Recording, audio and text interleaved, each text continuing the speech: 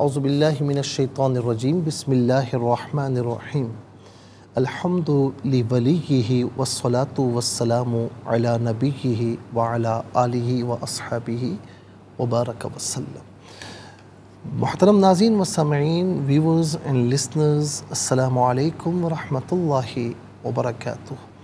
Programme قرآن سنیے اور سنائیے کے ساتھ آپ کا میزبان محمد سہیل رضا امجدی آپ کی خدمت میں حاضر ہے۔ ناظرین، آج بات ہم کریں گے حضور نبی کریم علیہ السلام کی چشمان مبارکہ کی، آپ کی مبارک آنکھیں، کیا بات ہے۔ ناظرین، آپ کی مبارک آنکھیں بڑی اور قدرت الہی سے، یعنی قدرتی طور پر ایسی تھی جیسے سرما لگا ہوا، جیسے کہتے ہیں سرمگی، اور پلکیں آپ کی دراز تھیں، یعنی لمبی پلکیں تھیں جو خوبصورتی کی علامت ہے۔ آنکھوں کی سفیدی میں باریک جو ہے وہ سرخ ڈورے تھے۔ کتب سابقہ میں یہ بھی آپ کی ایک علامت نبوت تھی کہ یہی وجہ تھی کہ جب آپ نے 25 سال کی عمر مبارکہ میں ناظرین یعنی اس وقت سفر کیا تو حضرت خدیجہ رضی اللہ تعالی عنہا کے غلام میسرہ تھے، اور میسرہ جو ہے تجارت کے لیے آپ کے ساتھ تھے۔ ملک شام کا سفر تھا تو بصرہ میں نستورہ راہب یا نستور راہب آپ جو ہے نا اپنے عبادت خانے کے قریب ایک درخت کے نیچے موجود تھا، تو راہب نے میسرہ سے حضور نبی کریم علیہ السلام کی نسبت یہ سوال کیا کہ ان کی دونوں آنکھوں میں سرخی ہے؟ میسرہ نے جواب دیا کہ ہاں، وہ سرخی آپ سے کبھی جدا نہیں ہوتی۔ تو آپ نے فرمایا، اس نے میسرہ نے کہا کہ بالکل ایسا ہی ہے۔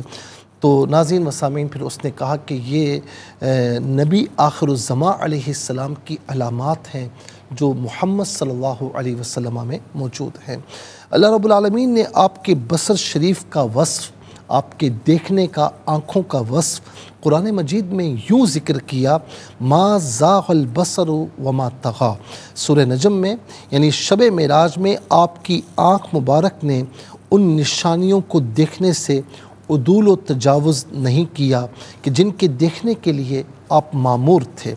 ناظرین و سامعین، اس سے یہ معلوم ہوا کہ آپ کو ایسی غایت درجے کی قوت بصارت عطا ہوئی کہ آپ جس شے کو دیکھتے، خواہ وہ شے غایت درجہ خفا میں ہو، اسے یوں ادراک فرماتے جس طرح وہ واقع اور نفس الامر میں ہوا کرتی۔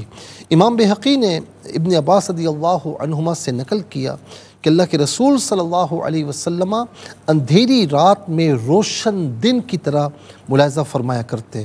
حدیث میں ہے کہ رسول اللہ صلی اللہ علیہ وسلم نے فرمایا کہ مجھ سے تمہارا رکوع اور خشوع پوشیدہ نہیں، میں تم کو اپنی پیٹھ کے پیچھے دیکھتا ہوں۔ ناظرین و سامعین، اللہ کے رسول صلی اللہ علیہ وسلم نماز میں پچھلی صفوں کو یوں دیکھتے جیسا کہ اپنے سامنے والوں کو دیکھا کرتے۔ ناظرین، اس کے علاوہ اور بھی کئی احادیث کریمہ ہیں، لیکن ایک بات کہ بخاری کی روایت ہے کہ آپ علیہ السلام 2 قبروں کے پاس تشریف لائے، آپ نے وہاں پر جو ہے وہ ٹہنیاں لگانے کا حکم دیا۔